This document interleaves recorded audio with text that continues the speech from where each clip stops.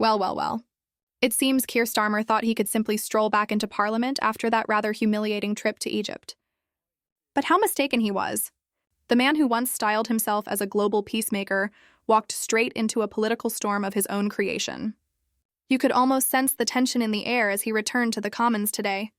The forced smiles, the stiff handshakes, the uneasy glances. Everyone knew what was about to unfold. The press had already torn him apart for his awkward display of photo-op diplomacy abroad, and now it was Parliament's turn. What Starmer had hoped would be a triumphant return quickly became a public humiliation before the entire nation. Today, Starmer tried his utmost to maintain that carefully practiced composure.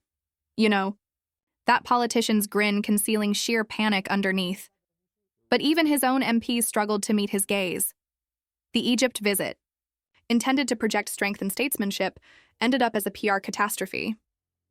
Reports from Cairo depicted a man desperate for relevance, intruding on meetings and delivering faltering speeches that left diplomats utterly baffled. And back in London, the consequences awaited him. MPs from across the political divide wasted no time in launching into him, one after another. They dismantled his so-called leadership on the world stage, questioning not only his credibility but his grasp on reality.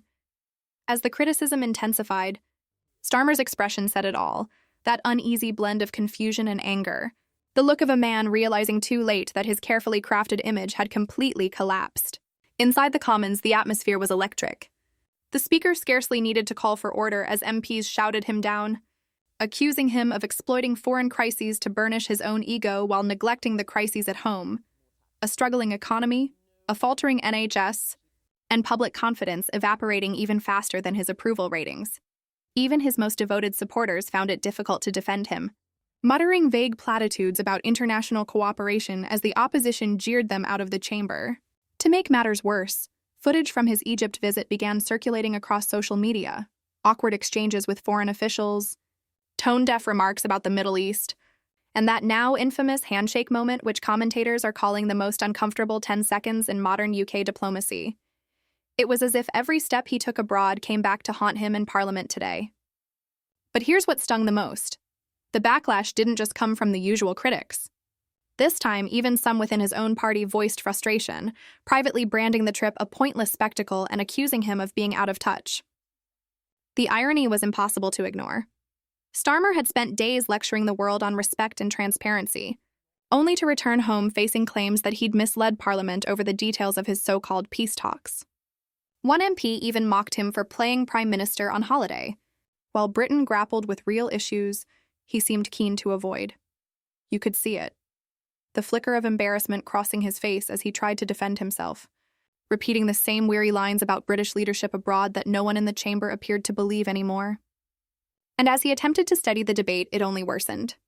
Each response sounded more strained, more defensive, the tone of a man slowly realizing the walls were closing in. The opposition benches burst into laughter when he declared his trip a success, with one member shouting, "Success for who? The travel agents?" The cameras panned across the front bench, blank stares, uneasy shifting, the unmistakable air of a government losing its grip. You could almost sense the disbelief in the room as Starmer tried to portray his Egypt visit as some sort of grand diplomatic triumph. The truth is, no one was buying it. Not the MPs. Not the media, and certainly not the public. Outside Parliament, protesters gathered once again. The chants grew louder, the anger more visible. Traitor, fraud, step down. Familiar words now echoing through Westminster. Starmer's security team had to rush him out through a side exit as reporters swarmed to capture the chaos. The optics were devastating. A leader returning home not to applause but to outrage. Inside Downing Street, sources say panic is already setting in. Whispers of cabinet frustration, talk of reshuffles, and growing doubts over whether Starmer's leadership can withstand yet another scandal. Because, truth be told, the Egypt trip wasn't just a poor headline. It marked a turning point, the moment even his allies began asking, who exactly is Keir Starmer leading, Britain or himself? Every effort to rebrand as a statesman seems to backfire spectacularly. He went abroad to appear strong but returned diminished. He aimed to project confidence, yet came back exposed. Now, standing at the very center of British politics, Starmer embodies the quiet chaos that follows when a leader's mask begins to crack. After the uproar in Parliament, the jeers, and the very public humiliation, his team scrambled behind the scenes to contain the fallout. Sources close to Downing Street described the mood as shell-shocked. Staff pacing the corridors, phones ringing incessantly, advisors clashing over how to manage the disaster. One aide reportedly told journalists the Prime Minister was tired but resolute, but insiders insist he was anything but. Behind closed doors, Starmer was furious, not at his critics, but at his own team for allowing the Egypt trip to unravel into a full-blown PR crisis. He demanded explanations, demanded loyalty, demanded control. Yet it's becoming increasingly evident that even those closest to him are beginning to lose faith. The message from senior ministers was blunt. This cannot happen again. Yet no one seemed entirely certain what this even referred to anymore. The trip, the humiliation, or the growing sense that Keir Starmer is no longer the one firmly holding the reins. You could see it on the faces of his cabinet colleagues as they left the late-night meeting, grim, tight-lipped, dodging questions from the press gathered outside Number 10. These were not the faces of a confident government. They were the faces of a team in survival mode. For all the polished speeches and carefully rehearsed statements, the truth is leaking out faster than they can contain it. Reports surfaced that several senior MPs had privately confronted Starmer, warning him that public patience is wearing dangerously thin. "You're not listening," one is said to have told him.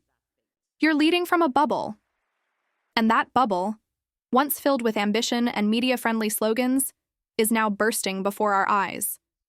Because while Starmer attempts to project authority, the cracks are far too deep to ignore. The Egypt debacle didn't just bruise his image abroad, it shattered his credibility at home. Meanwhile, the opposition wasted no time twisting the knife. By evening, clips of Starmer's awkward encounters in Egypt were circulating widely across social media.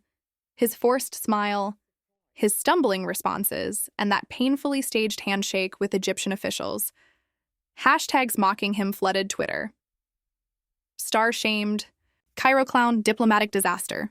Even international outlets began picking up the story, describing his visit as embarrassing, unnecessary, and confused. You could almost sense the laughter rippling through Westminster as commentators on late-night news shows replayed his Egypt moments in slow motion, turning what was meant to be a diplomatic triumph into pure political theater. The optics were brutal. A leader who sought to appear powerful, now reduced to a meme. And with every passing moment, the narrative grew darker. Starmer wasn't just losing the public, he was losing respect. But here's where it becomes even more telling. While Starmer's team scrambled to contain the fallout, members of his own party quietly began preparing for what might come next. Whispers of potential leadership discussions started circulating through the corridors. A few ambitious MPs, sensing vulnerability, began making discreet calls, testing alliances and gauging support for a post-Starmer era. They won't admit it publicly, not yet, but the tone has unmistakably shifted. The loyalty that once appeared unshakable now feels conditional. If the polls dip again, the knives will come out, one Labour insider reportedly admitted. And those polls are already falling. The latest figures reveal a sharp decline in approval, with voters citing weak leadership and a lack of authenticity as their main concerns. The public's verdict is clear. They no longer trust him. The man who promised stability now appears to be the very source of chaos. And while Starmer attempted to regain control with yet another press conference, reading carefully from prepared notes and insisting Britain's role on the world stage remains strong, the performance only reinforced the growing sense of disconnect. Every word rang hollow, every phrase felt rehearsed. It's the same formula that once worked for him, but the audience has changed. The country is now watching a man seemingly trapped in his own political performance, trying to play the role of a leader, yet forgetting that true leadership is built on conviction, not choreography. When reporters pressed him directly about the criticism,